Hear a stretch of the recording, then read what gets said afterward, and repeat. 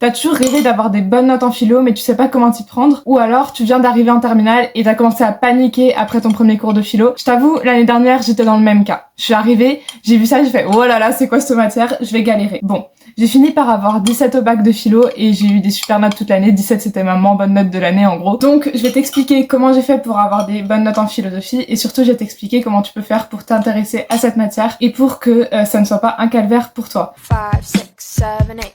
Dance with me in my backyard, boy. Avant de commencer, j'aimerais faire un petit disclaimer. Ce que je vais dire dans cette vidéo, c'est des choses qui ont marché pour moi, mais en aucun cas je ne suis une professeure de philosophie ou une philosophe agrégée ou je ne sais quoi, et je vais juste t'expliquer ce qui a marché pour moi en philosophie. Donc on va diviser cette vidéo en plusieurs parties. On verra tout d'abord ce que tu peux faire avant le cours pour te préparer et pour aborder le cours sereinement. On verra ensuite ce que tu peux faire pendant le cours pour maximiser tes chances de réussir. Et enfin, on verra ce que tu peux faire après le cours pour bien comprendre et bien l'ancrer dans ton esprit. On verra ensuite les contrôles, comment est-ce que tu peux bien aborder les contrôles, comment est-ce que tu peux réussir justement les contrôles, les dissertations, les explications de texte, etc. La première chose que vous pouvez faire avant le cours, même avant l'année de philosophie, si vous écoutez ça en première, franchement, c'est la chose à faire. Avant de commencer la philosophie, il faut déjà un peu aborder la philosophie de manière simple. Et du coup, ce que j'ai fait moi en première et en seconde, bon c'était juste parce que j'étais intéressée, mais au final ça a été super bénéfique pour mon année de terminale, c'est que j'ai commencé à écouter des podcasts de philosophie. Alors j'en ai noté quelques-uns sur mon ordinateur qui est ici. J'ai commencé à écouter tout l'été Sous le soleil de Platon. C'est un podcast sur France Inter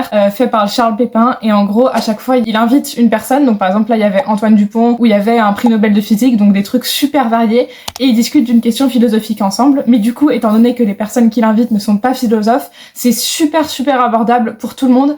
Et donc ça peut vous faire une très bonne introduction à la philosophie avant même de commencer la philosophie. Je vous conseille également d'écouter le podcast Une philosophie pratique, pareil de Charles Pépin, parce que Charles Pépin c'est grave quelqu'un qui vulgarise super bien. Et donc si vous voulez commencer à aborder la philosophie avant d'avoir vraiment fait de la philosophie, écoutez ces podcasts parce que c'est super simple, c'est super bien expliqué. Et du coup voilà, ça vous permet d'aborder déjà la philosophie avant même d'avoir commencé d'avoir des cours de philosophie. Bref, en gros moi avant chaque cours, qu'est-ce que je faisais? Par exemple si le prof nous disait on va voir la vérité bientôt, et je commençais un peu à me renseigner sur qui avait pensé sur la vérité, quel philosophe on pouvait voir, etc., en écoutant des podcasts. Alors pour ça, il y a les podcasts qui s'appellent Shot de philo. C'est des podcasts très courts, qui durent genre 5 minutes, c'est super court. Et à chaque fois, ils prennent une notion au programme de terminale et ils l'expliquent rapidement. Donc moi, je faisais ça avant chaque cours, avant chaque nouvelle notion, j'écoutais le podcast pour me dire ah bah tiens, on peut parler de ça, etc., un peu pour appréhender la question avant le cours. Si vraiment vous avez du temps et que vous êtes super motivé, vous pouvez lire des livres qui regroupent des notions. Alors attendez, je regarde. C'est des séries aux éditions GF et en gros ils font des sortes de corpus de textes avec plein de textes pour chaque notion. Et donc si vraiment vous êtes motivé, vous pouvez acheter cette série. Et vous pouvez également lire, alors là en ce moment je suis en train de lire Alice au pays des pensées ou Le monde de Sophie, vous pouvez lire un des deux. Ça vous permet d'appréhender les cours de philosophie également. Bref, donc là normalement avant le cours vous êtes préparés. Si vous avez fait tout ça, franchement vous êtes au top, nickel. Bon, après il y a le cours. Les cours qui parfois sont vachement compliqués. Vous tombez devant Hegel, vous faites qu'est-ce qu'il me raconte celui-là, je comprends rien. Bon. D'accord, vous comprenez rien, mais en cours, le prof, il va essayer de vous expliquer normalement. Si c'est un bon prof, il va essayer de vous expliquer, de vous faire des schémas. Et donc, en cours, qu'est-ce qu'il faut faire? Enfin, qu'est-ce que j'ai fait toute l'année? En tout cas, j'ai pris des notes. Parce que sinon, c'est les cours, je comprenais rien. Vraiment, le truc là de Hegel, j'avais rien capté. Donc j'ai pris des notes sur tout ce que le prof disait parce que le prof, je comprenais quand il l'expliquait, mais quand il écrivait ses cours au tableau, j'ai rien compris. Donc j'ai toujours pris des notes. J'ai des feuilles énormes. Attendez, je vais vous montrer quand même. Par exemple, pour la vérité, notre prof, il nous faisait un cours, donc on prenait en cours, voilà, ça c'est mon cours sur la vérité. Très bien, mais là je comprends rien. Genre par exemple... Il en résulte de cette contradiction que si une vérité existe, elle ne saurait être relative, elle est nécessairement absolue. Bon, maintenant je comprends parce que du coup j'ai bien travaillé mon cours, mais franchement quand on a vu ça, j'ai fait quoi? Je ne comprends rien. Et c'était le premier cours de l'année, j'étais là en mode je vais décéder cette année. Donc qu'est-ce que j'ai fait? Je me suis dit, je vais prendre des notes sur tout ce qu'on dit. Donc là, j'ai des fiches de notes sur chaque notion où je prenais toutes les notes sur ce que disait le prof. Comme ça, moi, ça me permettait à la maison de revoir ce que le prof m'a dit plutôt que de revoir le cours où je comprenais strictement rien. Donc je vous conseille vraiment pendant le cours de prendre des notes. Je sais que c'est long, je sais que c'est ennuyant, je sais que c'est saoulant et tout et que vous préféreriez juste écouter, mais je vous jure que ça va vous gagner un temps fou chez vous de prendre des notes et d'essayer de comprendre pendant le cours plutôt que de vous retrouver à la veille du bac à faire oh là là, je comprends rien à mes cours. Au moins vous auriez des notes. Et faites des schémas aussi, si le prof fait des schémas au tableau, je sais que notre prof nous il kiffait trop faire des dessins. Quoi qu'il en soit, le prof faisait des schémas et donc je refaisais les schémas sur mes notes pour pouvoir les revoir chez moi aussi. Et après le cours, ce que je vous conseille vraiment de faire, et c'est le principe même de la philosophie, c'est ce qui fait que cette matière est aussi incroyable qu'elle l'est, et bah c'est que en fait vous pouvez réfléchir. Vous pouvez réfléchir à la question. Si par exemple votre cours, vous le faites sur une question, la vérité dépend-elle de nous? C'était notre première question. Et bah, tu t'assois dans ta chambre un jour, tu te dis, bon, bah, je vais réfléchir à mon cours de philo. Tu t'assois et tu te laisses un peu, comme dirait Charles Pépin, traverser par la question. Tu te dis, mais est-ce que la vérité dépend de moi? Est-ce que, s'il y a une vérité, est-ce que c'est moi qui l'invente? Ou est-ce que elle existe hors de moi? Est-ce que tout le monde a la même vérité? Est-ce que la vérité est relative à nous? Est-ce qu'elle est relative à l'espèce humaine? Est-ce qu'elle est relative à la Terre et pas à l'univers? Enfin bref, tu essayes de te poser la question, mais vraiment de réfléchir, de t'intéresser à ce qu'on fait en philo. C'est comme ça que vous allez réussir en philo au final, parce que prendre des notes, se préparer, etc., c'est bien, mais si vous ne réfléchissez pas à la question, vous avez aucune chance de réussir en philosophie. Parce qu'en philosophie, il faut vraiment essayer de penser, de réfléchir, d'essayer de comprendre le cours, d'essayer de comprendre ce que les philosophes disent, d'essayer de vraiment vous intéresser à la pensée des autres. C'est vraiment ça. Et c'est aussi, évidemment, essayer de penser par soi-même, essayer de penser, bah, qu'est-ce que moi je préfère, qu'est-ce que je suis d'accord avec lui, est-ce que je suis pas d'accord avec lui, qu'est-ce que j'en pense moi. Vraiment faire un exercice de pensée chez vous après le cours, avant chaque cours aussi, pour vous dire, bah, qu'est-ce que je pense de cette question, qu'est-ce qu'elle peut m'apporter, qu'est-ce que je peux moi apporter comme réponse aussi spontanément avant d'avoir étudié la question avec des philosophes. Enfin, c'est toutes ces petites choses que vous pouvez faire pendant l'année qui vont faire que vous allez vous entraîner à penser. Et puis même, bon, je vous avoue qu'en philosophie, je vous ai fait l'introduction là en mode j'ai une bonne note et tout, mais c'était beaucoup pour vous hype et pour que vous regardiez la suite de la vidéo. Oh là là. Mais en fait, je trouve vraiment que la philosophie, ce n'est pas une matière faite pour avoir des bonnes notes en fait. C'est pas le but ultime de cette matière. Vous voyez, en physique, on peut juste se dire bon, on va essayer d'avoir des bonnes notes et voilà, c'était un peu mon optique cette année en physique d'ailleurs. Hein. Je m'en fichais complètement de ce qu'on faisait en physique.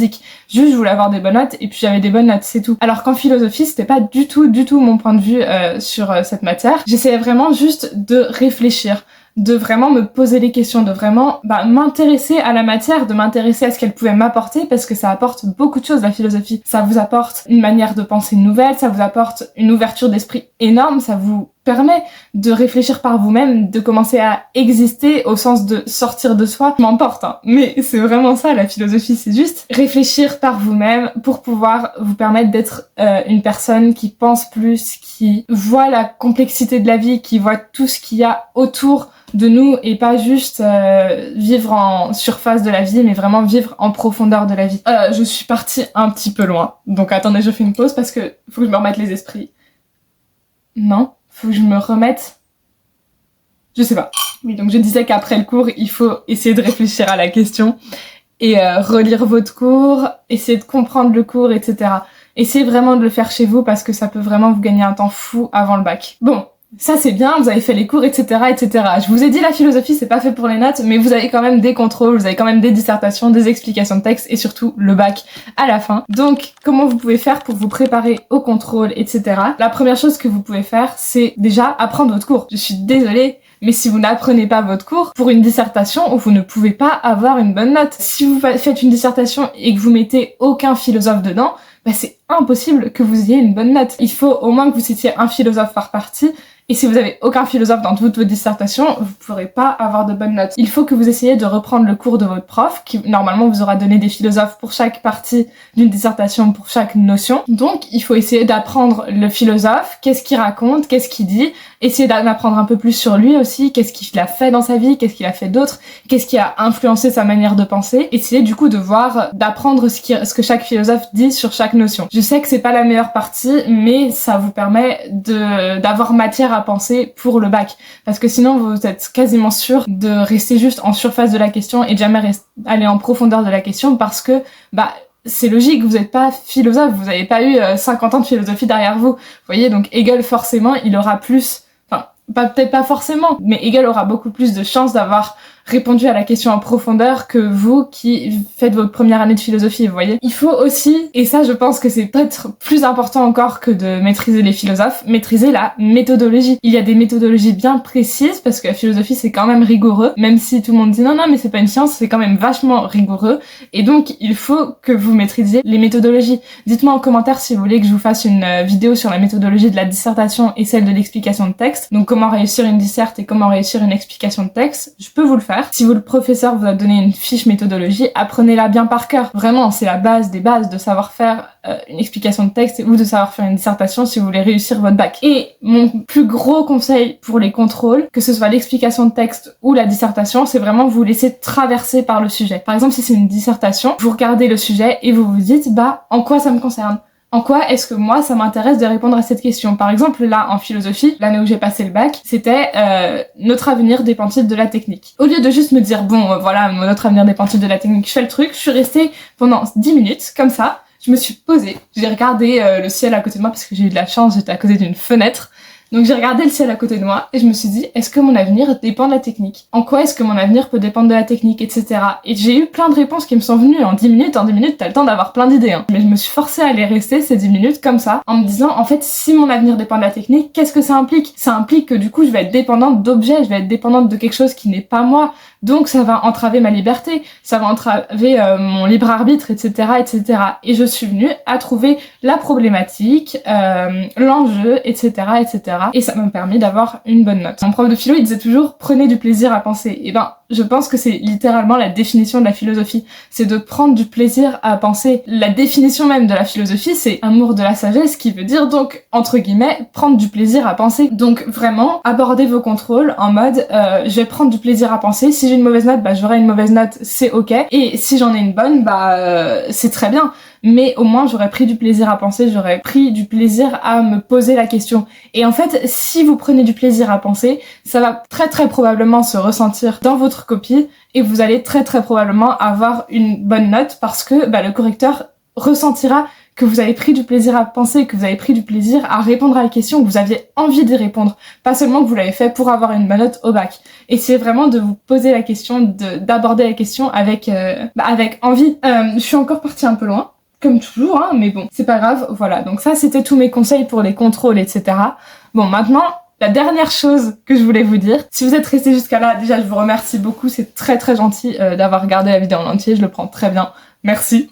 Et deuxièmement, en gros, j'ai fait un drive avec les 17 notions de philosophie où pour chaque notion, par exemple là, si j'ouvre la liberté, il y a une fiche récapitulative avec toutes mes notes, les cours résumés et mis de façon très très simple avec 3 philosophes par notion. Il y a également pour chaque notion un podcast où j'explique la notion. Donc en gros, c'est la même chose que la fiche de notes mais en format podcast si vous n'avez pas le temps de lire toutes les fiches. Il y a des schémas, il y a des fiches pour aller plus loin avec des podcasts pour aller plus loin sur chaque notion. Il y a des mèmes aussi de philosophie. Alors si vous avez regardé la vidéo en entier et que vous vous êtes abonné, mettez votre adresse mail dans les commentaires et je vous enverrai le lien pour accéder au drive de philosophie pour vous permettre d'aborder du coup à l'avance chaque notion de philosophie et en même temps pour pouvoir bien réviser pour le bac. Bref, j'espère que cette vidéo vous aura plu. Si c'est le cas, n'hésitez pas du coup à liker, commenter et vous abonner. N'hésitez pas à me dire si vous voulez que je fasse des vidéos comme ça sur d'autres matières. Bisous!